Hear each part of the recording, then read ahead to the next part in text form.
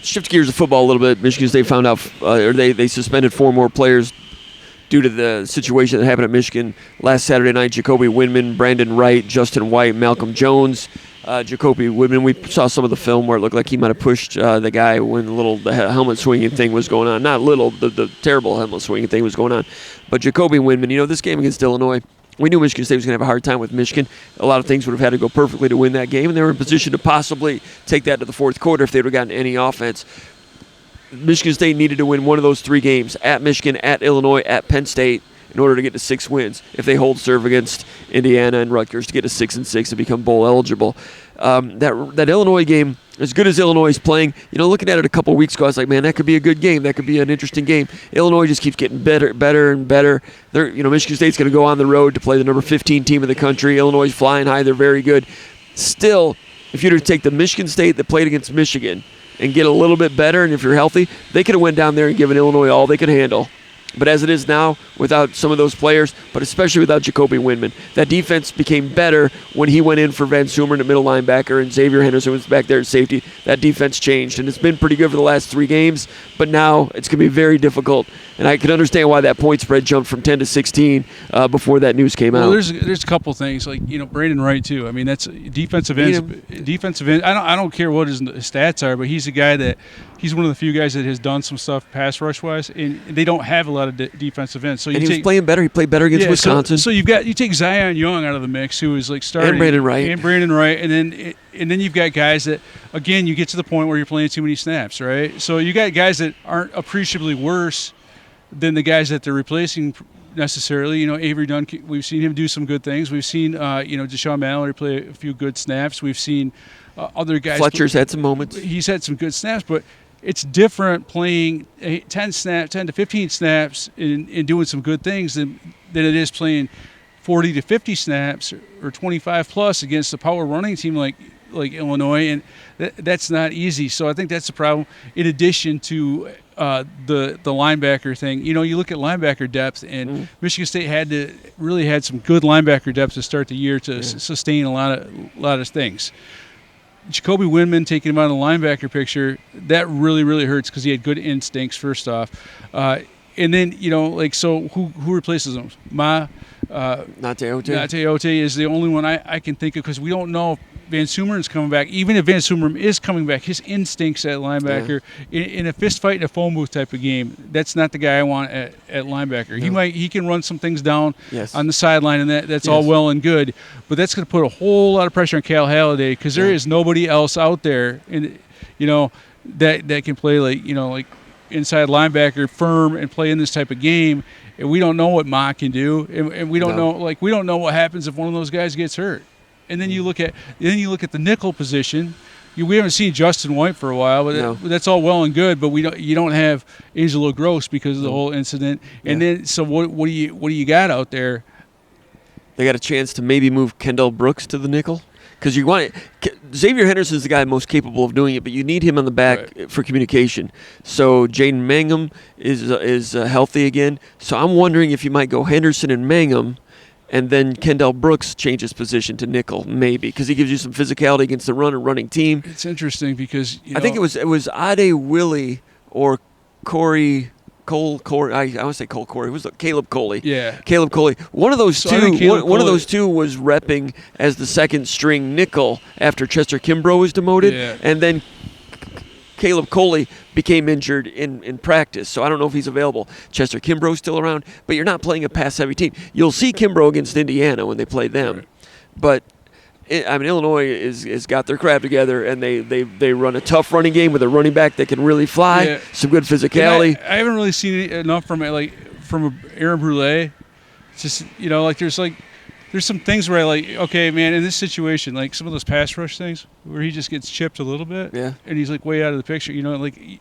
He's got a bigger body. If you're gonna go three linebackers or whatever. But I thought it was interesting that he played, pretty well in the 4-3 against Wisconsin, and then in this game he only played about 11 or 12 snaps against Michigan. Yeah. And Michigan played more they ran out of 3 receiver sets quite a bit.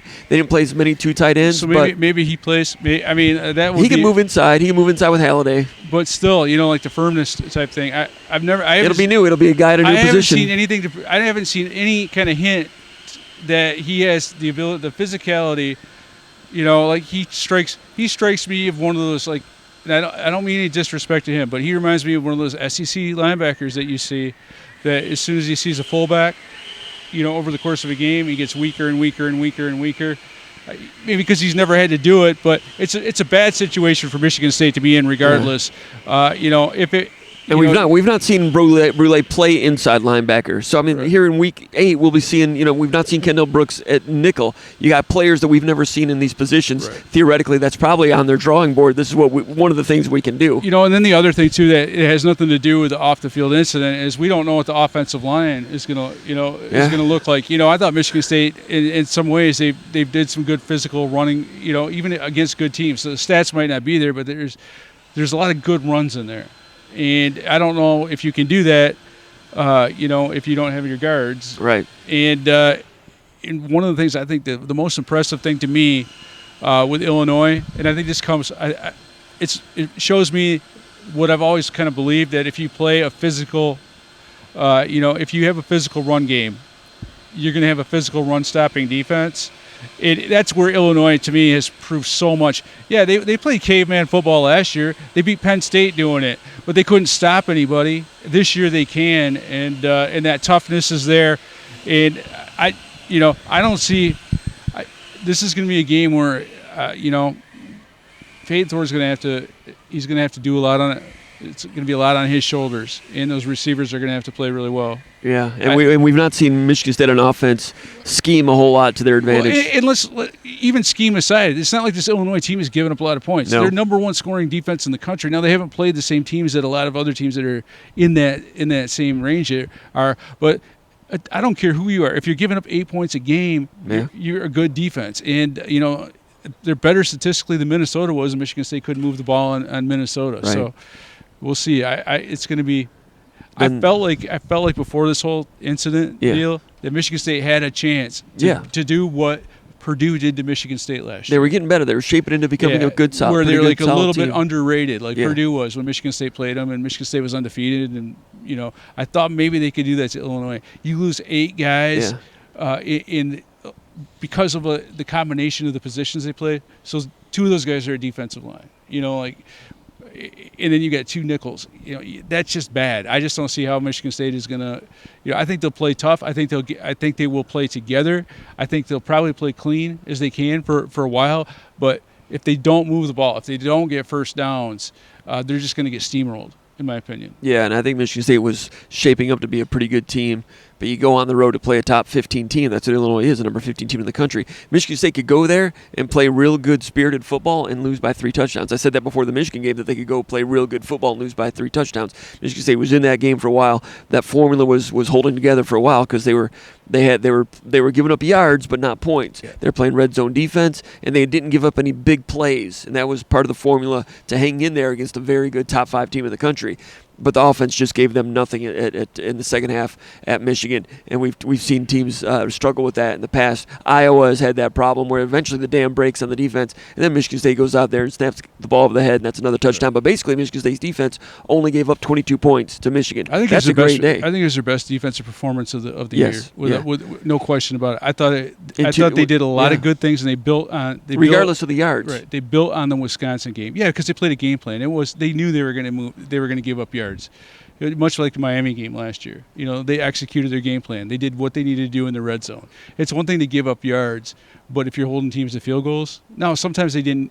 They should have got off the field, and it shouldn't have been a field goal, but they did what they needed to do given the circumstances. And we talked about that in the VCast last week before the game. We talked about the importance of stopping the run against Michigan, which was a tall task, and all the things that needed to happen for Michigan State to theoretically do that. This after Michigan had rushed for 419 against Penn State, and everybody thought Michigan State had the worst defense in the country. Michigan was going to blast right through them. You and I said, not going to happen. There's a chance Michigan State can stop them in the run, and if Michigan leans on that run all day, it'll shorten the game. That first quarter went by. That first quarter was eaten quickly, and like we said last week, Michigan State might have a chance to hold them to 24, but can Michigan State score 25? Right. And doing it without a kicker and without a long snapper. We're during pregame, we're watching pregame, and I tweeted out 30 minutes before kickoff, it looks like Donovan is going to be the long snapper. That turned out to be worth 7 points. He's done long snapping in other games, but but like a pressure game like a rivalry game when everyone's.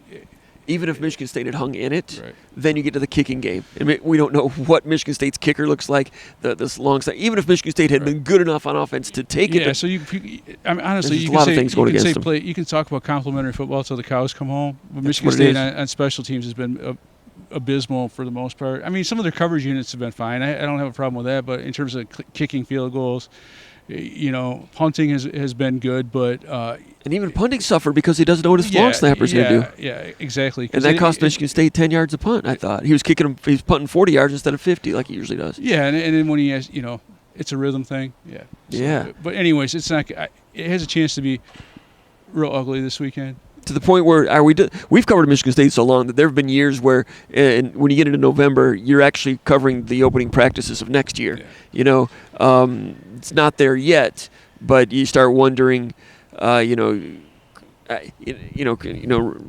receiver development and tight end development and all those things. I'm not as much worried There's about a chance Nate goes out there and looks pretty good. Right. We didn't know that Kendall Brooks was going to look pretty good. I agree with you on that, and there's other guys out there, but the thing about it is this would be the third straight power team that Michigan State has played with Jacoby Windman at linebacker, and he's really good against those power teams, and it would be really nice to see what the next Yeah. So it'd be nice to have Bogle out there. Piotrowski's probably coming back. I don't know what level he's going to be, but that would help. If Piotrowski is at any level capable where he's going to make a big impact, he would have come back last week because that guy's not missing that game. Right.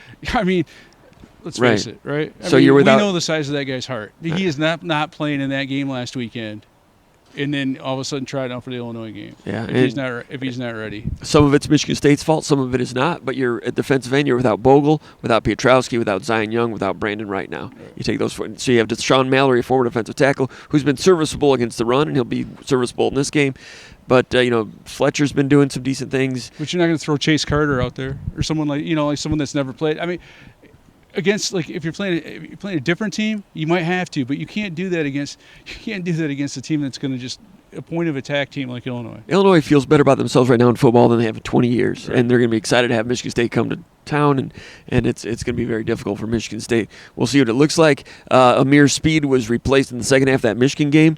Some people think it was overdue. Ronald Williams goes out there and has a nice pass broke up down the field. I'm one of those people. I just think that when you talk about selfless football, you talk about the people that have the most to give need to give the most.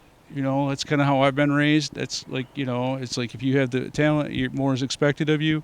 I just felt like Amir Speed wasn't going the extra mile to play for his teammates. Winning collisions. You got to win collisions with the proper leverage. Yeah, and not only that, but just making an effort to get to the play even though you don't think you're going to be in the play. You know what I'm saying? Like, because there's a lot of those runs that every run that goes for 20 yards or something like that usually includes a missed tackle that might not have been missed if everybody had played to their. You got to squeeze air out there. You got to close that daylight. And he's and they moved him to boundary linebacker. I don't think they'd done that all season, because they wherever if the ball was on the boundary, they were moving him over there because they wanted to be tougher on that side. Theoretically, because he's got the size to do it, and they appealed to him to do that in that game. But by the second half, he was out. I still don't understand. Like Ronald Williams is a big dude himself. He's not 6'5" or whatever. But I didn't think he was bad last year. I thought he was making progress last year. I thought he was Michigan State's best corner overall from. Yeah, and he played hurt. So. And the coaches know better than we do. We're not there. It's just curious. Williams comes in and looks pretty good. So. I don't know. We'll see what happens as they move forward against a very good Illinois team. It's gonna be fun to go down there. It's gonna be nice. Cold. It's gonna be Illinois. It's gonna be dingy. That's the way it should be. I might bring some cider down there too, because when you leave the state of Michigan, sometimes I can't get cider, and I get upset about that. That's great, John. All right, it's time to close it down. We got Konyndyk. I'm a huge cider fan, so don't You're gonna get canceled for saying bad things about cider. I like cider, man. I've got 2 gallons in the fridge. My man was Bob Ross for Halloween last night. Are we going to put some of those photos? Is that his name, Bob Ross? Yeah. The painter, You know what? The worst we got to get those photos out there, Paul. I'll put the photo out there. They're great. The Bob Ross thing, the one thing that I was surprisingly at peace with was having my shirt unbuttoned to my navel. Don't make that a habit. No, and I got home afterwards, and I was having a beer on the couch, and I told my wife, Mandy, I was like, you know what? This is way more comfortable than I ever thought it'd be. This might be my look.